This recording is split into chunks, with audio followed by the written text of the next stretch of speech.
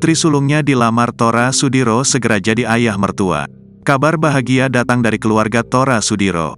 Putri sulungnya, Nabila, dilamar oleh pria pujaan hatinya. Mika Amalia sebagai ibu sambung Nabila turut berbahagia. Anak sulung aktor Tora Sudiro, Azara Nabila Sudiro dilamar oleh kekasihnya, Muhammad Ivan Lubis pada Selasa, tanggal 21 November tahun 2023. Azara Nabila dan sang kekasih sudah berpacaran 8 tahun. Azara Nabila adalah anak Tora Sudiro dari pernikahannya dengan mantan istrinya, Anggraini Kadiman. Kabar bahagia tersebut juga diunggah di Instagram Nabila. Ivan terlihat bekerja sama dengan teman-temannya membawakan poster bertuliskan "Will you marry me?"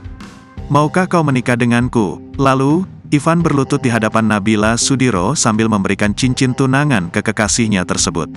Nabila pun mengungkap kebahagiaannya. "I feel so blessed and happy. Thank you for everyone who came who love you lots guys." Dan untuk @Muhammad Ivan ini untuk Forever, tulis Nabila.